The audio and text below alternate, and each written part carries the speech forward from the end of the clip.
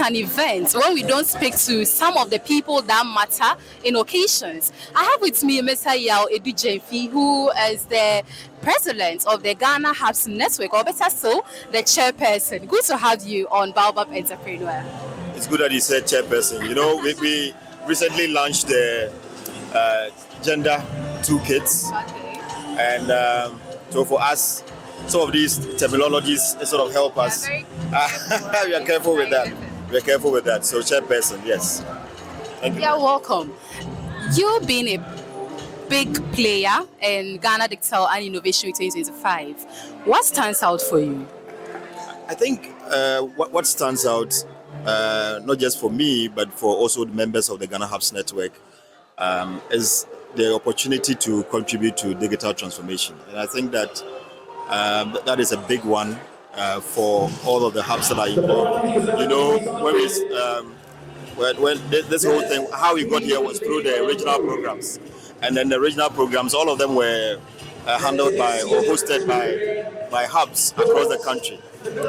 So it tells you that hubs are increasingly involved, and of course they have their fingers and hands all over within the digital transformation agenda, and they're not just doing it at the national level, but they are doing it at the regional level, which is very important. And so just to add to that is there also the opportunity for decentralization of this whole Ghana Digital and Innovation Week.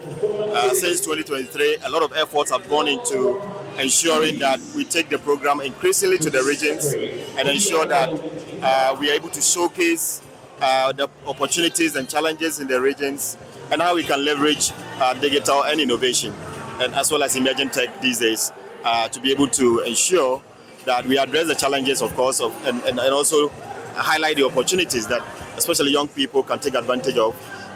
But most importantly, also highlight the work that we are doing to ensure that a lot more young girls and women are included in the process of digital transformation. And speaking about digital transformation, a lot of hubs under your guidance are so much particular about new innovations to tackle everyday challenges. However, do you feel or you think government policies are not helping in terms of driving this agenda?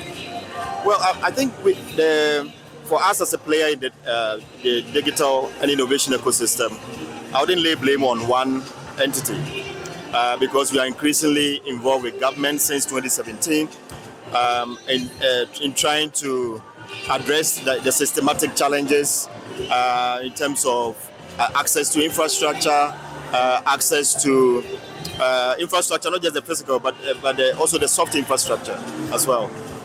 We are also involved with policy engagements since 2019. We've been working on, we started the process of the Ghana Innovation and Startup Bill by going around the country through the 25 days of WOW, trying to highlight and also highlight the work of hubs across the country, but most importantly, also highlight the potential that entrepreneurs, startups, and innovators can bring to the digital transformation agenda. But they need a framework to be able to, where there's clarity on the support that each of the players, be they in the private sector, the government, and also academia, can provide within the triple helix approach, ensuring that we create that enabling environment for hubs to thrive, but more importantly for startups and innovators to also thrive, because they have that enabling environment to do that. And fortunately, we are almost at the end of the engagement on the Ghana Innovation and Startup Bill. Now we just completed the validation exercise, working with other partners, such as the Ghana Chamber of Young Entrepreneurs, the Ministry of Communications, Digital Technology and Innovations, other players in the industry as well, trying to validate the points that we sort of collated across the country. And it's taken a long time. I mean, it's taken over 4 years. But in Ghana, we place premium on stakeholder engagement, on ensuring that everybody is heard. Otherwise, you see other countries have passed their bills, but later they end up struggling in the implementation. What we have done differently is to ensure that we engage extensively and also validate the points that we've gotten. So we've done that. We'll move to the Attorney General through the Ministry of Communications, and later it goes to Cabinet, and then ultimately to Parliament, which will have the lot of work to do around passing the bill and making it an act. That when that happens, there are incentive packages for startups that are certified to be on this to be included in the benefit scheme. There are also incentives regime for the organizations and hubs that also train the startups or prepare the startups for investment readiness. Then there's also startup passports and a whole lot of other incentives that would ensure that startups, innovators, entrepreneurs, researchers, all of these entities within the innovation and digital ecosystem, as well as the startup ecosystem, have the needed support to be able to ensure that startups are supported, and also the environment is also made more appealing, for startups and their agents to be able to create the value. Mind you, the important thing that we are trying to do is also that we have young people that are creating startups. The startups scale quickly, unlike MSMEs. They employ people and create value across the country, and that's what we are trying to do, so that the issue of jobs, which is a big issue for government and also for every player in the ecosystem, is addressed. And of course, we can't do it in a very short time, but we want to create that enabling environment so that young people with their startups can be able to create a lot more jobs. Beautifully said. Now let's look at emerging technologies. Some group of people are beginning to feel that emerging technologies are becoming a threat to human survival, especially with AI. The popular one, AI is coming to take away our jobs. As an innovator yourself, what do you make of this? Does it, in 20 years, 10 years to come, will AI take away our jobs, or we would still have our jobs to do in a much easier way? Let me be frank, AI will take some jobs, especially those ones that are routine work, those ones that does not sort of require creativity, a lot of communication, human communication, and also those ones that are sort of require precision. Because that's what machines do well, precision, making sure that if you are making calculations, that they are precise in doing that. We also eliminate errors as possible, because human beings, sometimes we are prone to errors. But what is exciting is that AI will also create thousands and millions of jobs. Because in what way? In what way? A lot of ways. Even the work that you are doing, you in researching to be able to get concrete facts about what you are doing and how to engage better. Even in learning within your sector, to be able to do that. But more importantly, it's also about creating new jobs. So, for instance, I was having a discussion earlier about also making AI localized. And how do you do that? Others have started doing that. The Responsible AI Lab, for instance, is doing a lot of learning for AI locally. The Hopin Academy in the north is just creating the Northern AI Lab. And what they intend to do is to have the AI localized. So the AI will learn how things are done in the north.